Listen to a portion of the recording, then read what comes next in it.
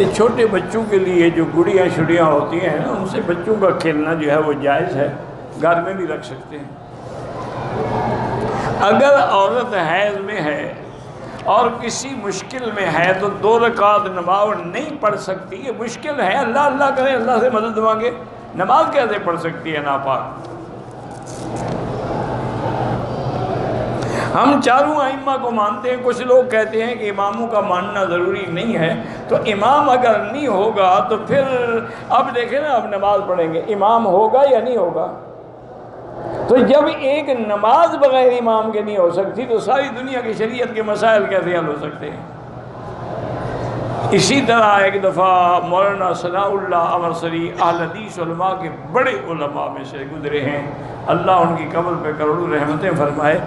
ان کی علامہ اقبال سے بڑی دوستی تھی، اور جب کبھی تشریف لاتے ہیں تو اقبال کے ساتھ شام کو بیٹھتے تھے، گپ شپ کرتے تھے، اور اقبال بھی حقہ پیتے تھے اور مولانا بھی حقہ پیتے تھے، بہرحال اللہ مغفرت فرمایا۔ تو ایک دن ایک آدمی آیا، حضرت مولانا ثناء اللہ کو ملا، اور اس نے تقلید کا مسئلہ پوچھا کہ کسی امام کی تقلید کرنی ضروری ہے یا نہیں ہے۔ اس پر مولانا ثناء اللہ صاحب نے جناب آیات قرآن اور احادیث اور تو سارے دلائل پیش کیے کہ تقلید جو ہے یہ تو کافر تقلید کرتے تھے اپنے باپ دادے کی، یہ تو شرک ہے۔ بہرحال علامہ اقبال سنتے رہے، جب تقریر ختم فرمائی تو فرمان لگے کہ اقبال یہ ساری محنت میں نے تمہیں مسئلہ سمجھانے کے لیے کی ہے، یہ جاہل کیا سمجھے گا؟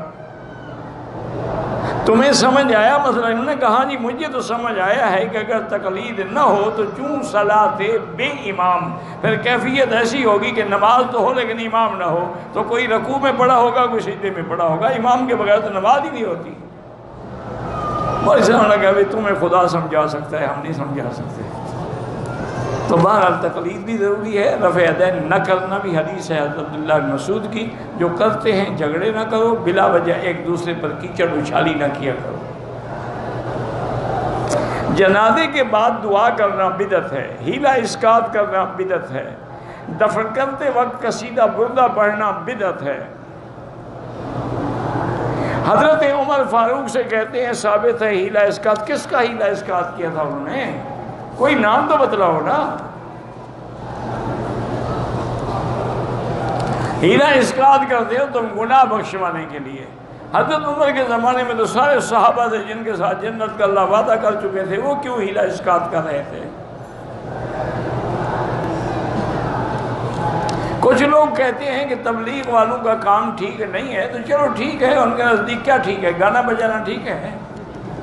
تو جو ان کے نزدیک ٹھیک ہے وہی کریں۔ اللہ نے جب ان کو محروم کیا ہے دین کی تبلیغ سے تو کوئی کیا کر سکتا ہے؟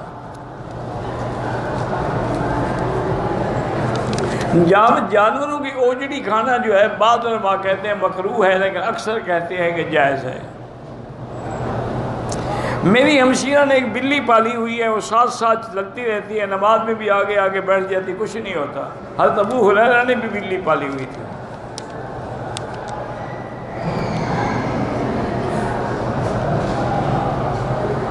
کراچی میں ایک سوسائٹی بنی ہے اب نئی، نعوذ باللہ، وہاں سب مرد اکٹھے رہتے ہیں اور ایک دوسرے سے بدفعلیاں بھی کرتے ہیں۔ یہ لوط کی قوم کوئی نئی پیدا ہو گئی ہے، انا للہ و انا الیہ راجعون۔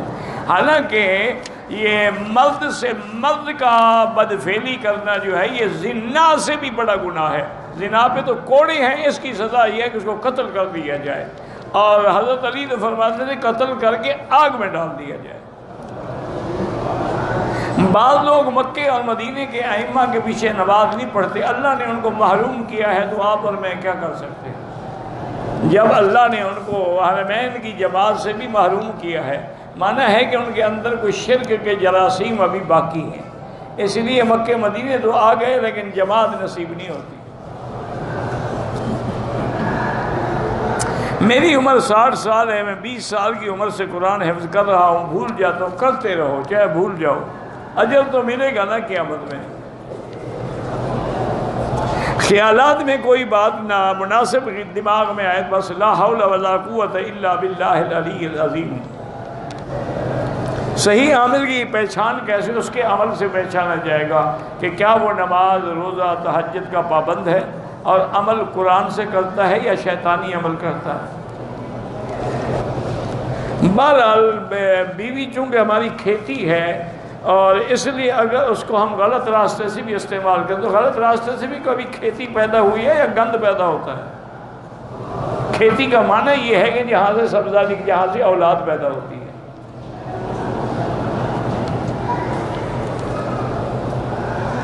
خامد نے اپنی بیوی کی بھانجی کے ساتھ نعوذ باللہ زنا کیا، نکاح تو نہیں ٹوٹتا لیکن بہت بڑا گناہ ہے، توبہ کریں۔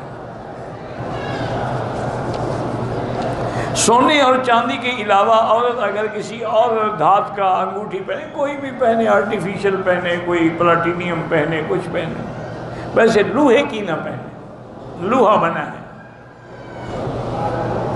کہتے جی کہ قرآن میں عذاب قبر کا لکھا ہوا ہے، مرنے کے بعد تمہیں خود بخود پتہ لگ جائے گا۔ ویسے قرآن میں بھی لکھا ہوا ہے کہ النار یعرضون علیہا غدوا وعشیا ویوم تقوم الساعۃ ادخلوا آل فرعون اشد العذاب۔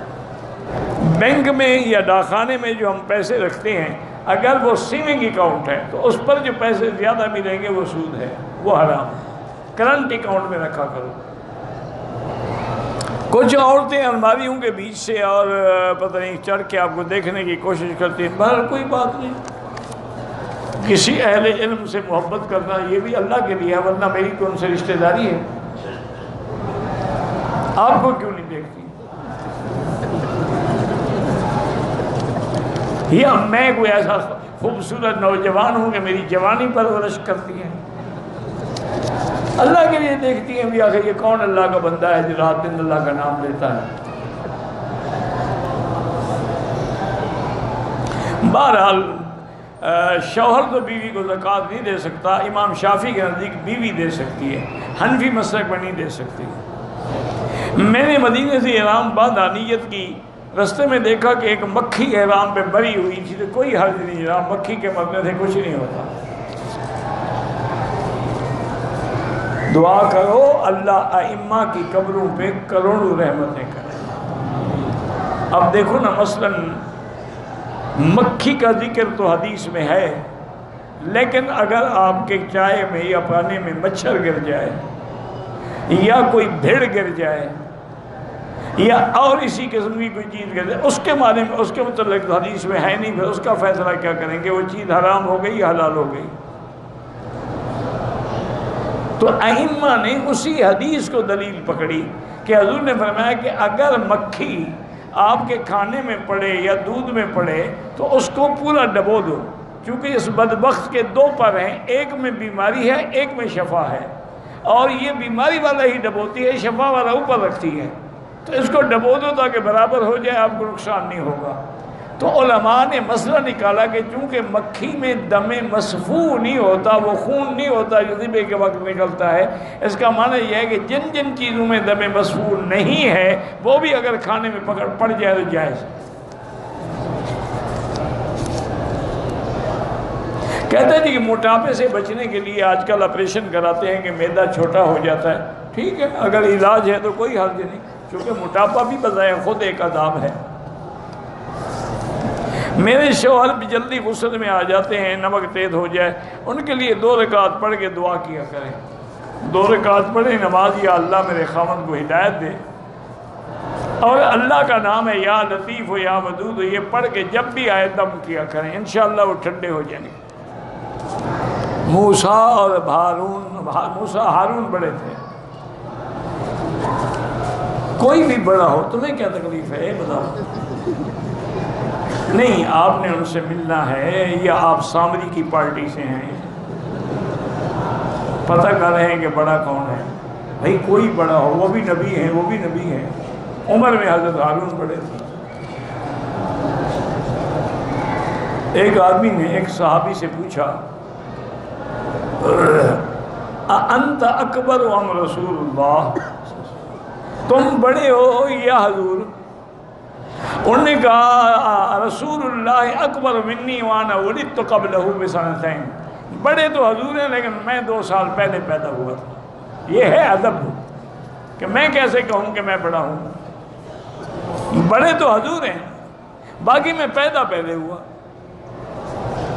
یہ موسیٰ علیہ السلام اور ہارون کی جناب پوچھ رہے ہیں. میں نے عصر کی نماز پڑھی امام کے ساتھ، لیکن نیت میں نے ظہر کی آپ کی نماز ہو گئی، چونکہ اعتبار امام کا ہے تمہارا نہیں ہے. اسلام میں کالے جادو کی کیا سزا ہے؟ کالا ہو یا پیلا ہو یا نیلا ہو، جادوگر کو قتل کر دیا جائے. نہ سر رہے گا، نہ بانس رہے گا، نہ بانسری بجے گی.